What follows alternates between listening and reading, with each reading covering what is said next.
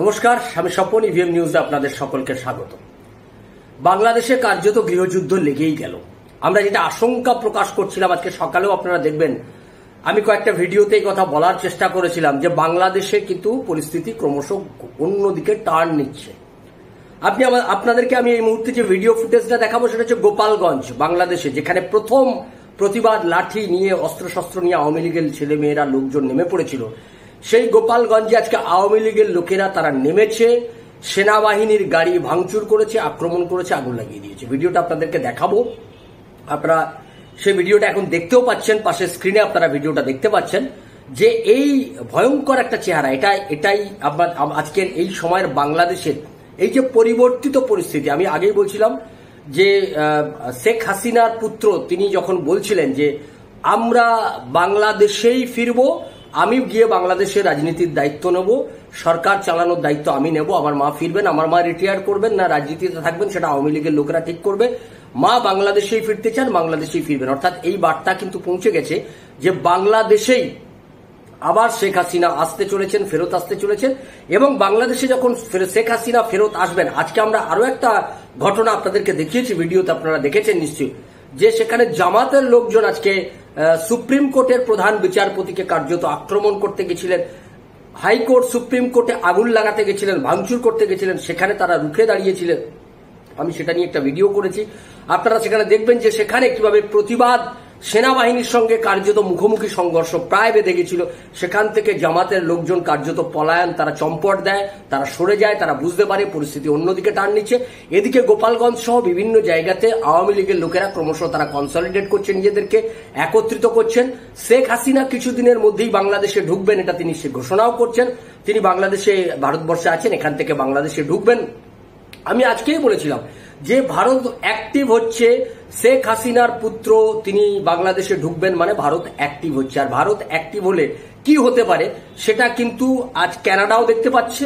এই কয়েকদিন আগে কানাডাতে ঘটনাটা ঘটে গেছে, নির্ঝরের হয়ে যে খুব আন্দোলন করেছে নির্ঝরের জন্য, তাকে দেখা গেল যে সেই ব্যক্তি তিনি যখন অফিসে বসে আছেন, সেই কানাডাতে কোনো একজন লোক তার কাছে টাকার জন্য এসেছিল, এসে তার গায়ে আগুন লাগিয়ে দেয়, তিনি আগুনে পুড়ে মারা যান। অর্থাৎ যে নির্ঝরের হয়ে এতদিন গলা ফাটাচ্ছিল তার এরকম একটা নৃশংসভাবে তার একটা এরকম করুণ মৃত্যু ঘটে গেল। পাকিস্তানে দেখা গেছে যে যারা ভারতের বিরোধিতা করছিল সেই সমস্ত উগ্রপন্থীরা তারা একের পর এক নিকেশ হয়ে গেল। কে নিকেশ করলো, কিভাবে নিকেশ হলো এটা এখনো পর্যন্ত জানা যায়নি। কিন্তু তারা যারা ভারতের বিরোধিতা করছিল, দাউদ ইব্রাহিম তো কার্যত গর্তে ঢুকে গেছে বলেই লোকে খবর পাওয়া যাচ্ছে। কোথাও কোথাও খবর আসছে দাউদ ইব্রাহিম খুন হয়ে গেছে, তাকে কেউ একটা বিষ খাইয়ে মেরে দিয়েছেন। এই ধরনের কথা আমরা শুনতে পাচ্ছিলাম। এবং আমি আজকে বলছিলাম ভারত যখন সক্রিয় হয়েছে তখন বাংলাদেশের এই জামাত এবং এই যে সন্ত্রাসবাদী শক্তি তাদের কিন্তু কিছু ক্ষেত্রে তাদের কিন্তু চাপ বাড়বে। তাদের সেই চাপ যে বাড়বে এবং আওয়ামী লীগের লোকেরা তারা একত্রিত হবে। হিন্দুরা ইতিমধ্যেই সেখানে পথে নেমেছে, তারা বলেছে কেন আমাদের দেশ ছাড়বো, আমাদের দেশ, এই দেশটা আমরা জন্মেছি, এই দেশ ছেড়ে কেন আমাদের পালাতে হবে। তারা এখানে সেই হিন্দুরা তারা ওখানে দাঁড়িয়ে থেকে তারা ঢাকাতে তারা প্রতিবাদ মিছিল করেছে, হরে কৃষ্ণ হরে রাম তারা গান করতে করতে সেই প্রতিবাদ মিছিল সংগঠিত হয়েছে। এবং আওয়ামী লীগের নেতৃত্বে গোপালগঞ্জ থেকে শুরু করে চট্টগ্রাম বিভিন্ন জায়গাতে আমরা দেখতে পাচ্ছি, রংপুর, এই সমস্ত জায়গাগুলোতে আমরা দেখতে পেলাম যে সেই সব জায়গাতে আজ আওয়ামী লীগ ক্রমশ সংগঠিত হচ্ছে, তারা মিছিল বের করছে, লাঠি মিছিল, অস্ত্রশস্ত্র নিয়েও কয়েকটা জায়গায় দেখলাম মিছিল করছে। অর্থাৎ এই যে গোটা মিছিলটা হয়েছে এটাতে বোঝা যাচ্ছিল যে একটা প্রতিবাদ তৈরি হচ্ছে। এবং গোপালগঞ্জ পথ দেখাচ্ছে, গোপালগঞ্জে আজকে দেখা গেল সেনাবাহিনীর গাড়ি জ্বালিয়ে দেওয়া হলো, আওয়ামী লীগের লোকজন তারা একত্রিত হয়ে সেখানে সেনাবাহিনীর উপর আক্রমণ হলো। অর্থাৎ কার্যত একটা গৃহযুদ্ধের মতো পরিস্থিতি বাংলাদেশে তৈরি হয়ে গেছে। আমরা এখন দেখব ভিডিওটা, পুরো ভিডিওটা আমরা দেখব যে গোপালগঞ্জে ঠিক কি ঘটনা ঘটেছে। আপনারা ভিডিওটা দেখুন এবং এই ভিডিওটা সকলের সঙ্গে শেয়ার করুন। বাংলাদেশের যে ভয়ঙ্কর পরিস্থিতি, সেই ভয়ঙ্কর পরিস্থিতি আপনারা সকলে আপনাদের সামনে তুলে ধরলাম। দেখুন সেই ভয়ঙ্কর পরিস্থিতির চিত্রটা।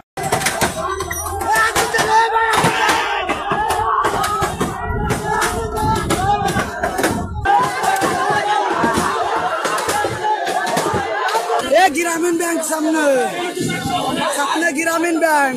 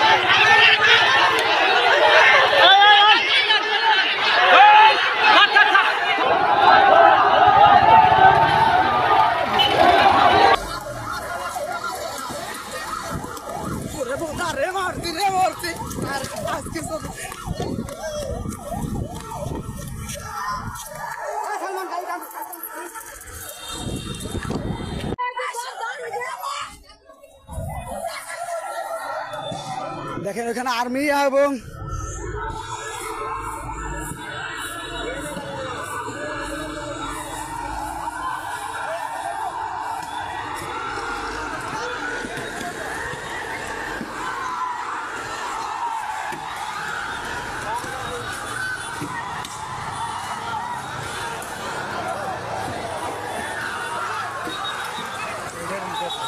এখানে আর্মি গাড়ি ভাঙচুর মারা সুদে মারা সুদে টাঙ্কির বুলাই মারা সুদে ধরি ভাই আর্মিরা ধরি ভাই টাঙ্কির বুলাই আর্মির মারা সুদে পাদার চোদ্রা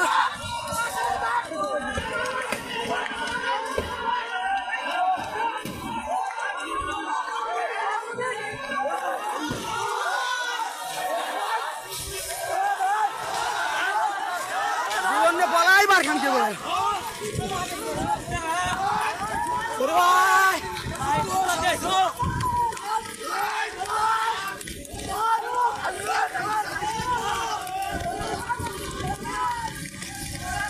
পাহাড়ের সদন দেখো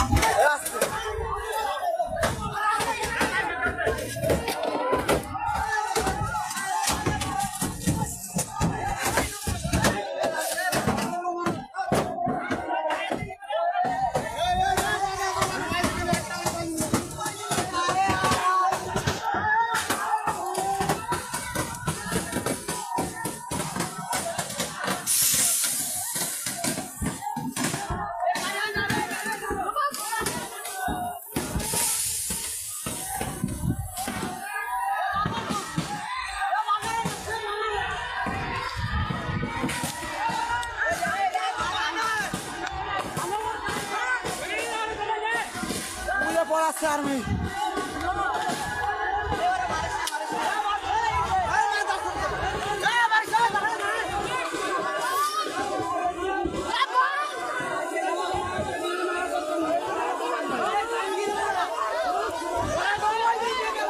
টাক মারিস না আর মারিস না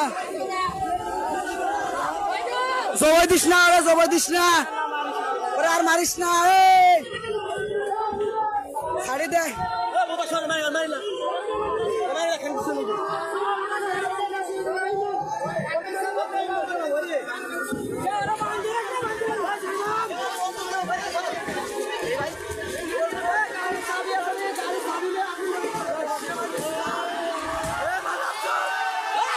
চলছে লড়াই চলবে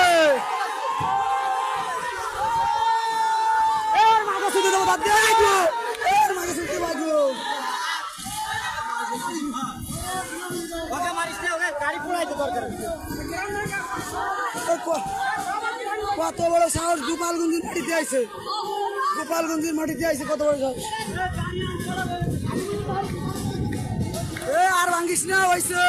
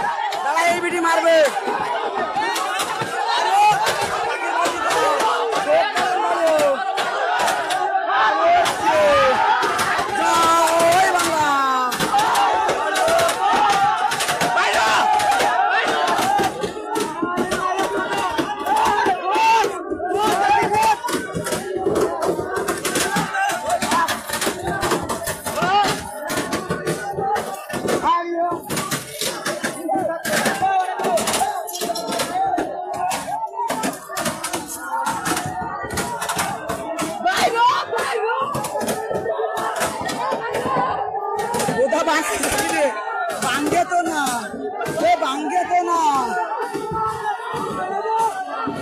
আগুন ধরে দে, আগুন ধরে দে।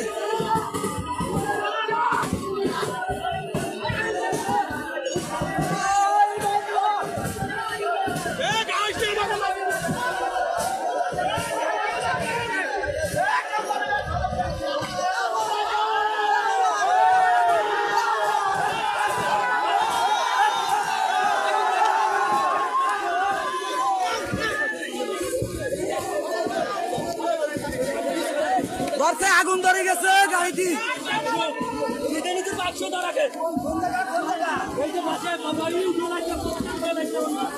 গ্রামীণ ব্যাংক সামনে, সামনে গ্রামীণ ব্যাংক।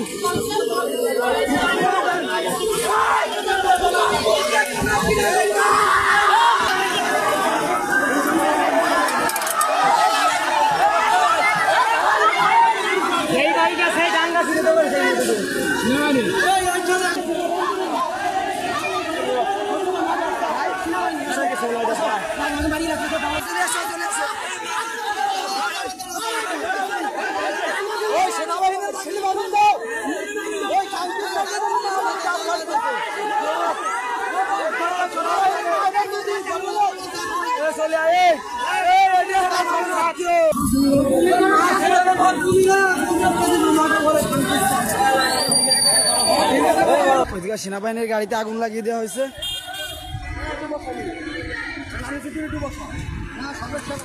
অ্যাম্বুলেন্স হাত দিস না,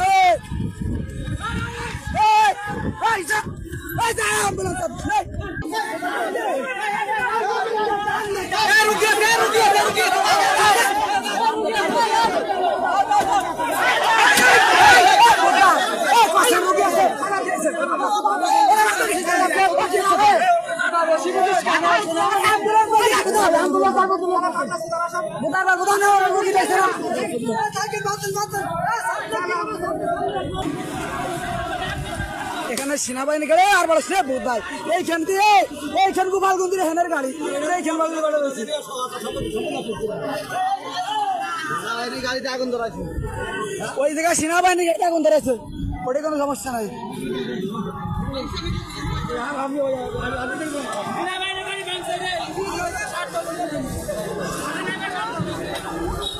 কাঙ্কের বোলারা এসে দাঁড়াইছে।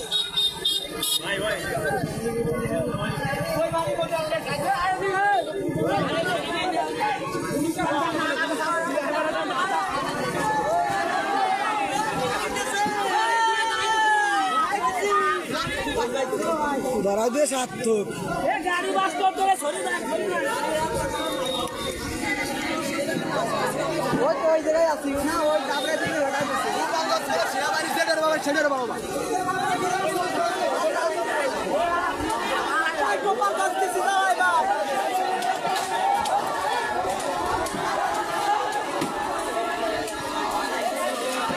দেখতে পাচ্ছেন এখানে সেনাবাহিনী গাড়িতে আগুন লাগিয়ে দেওয়া।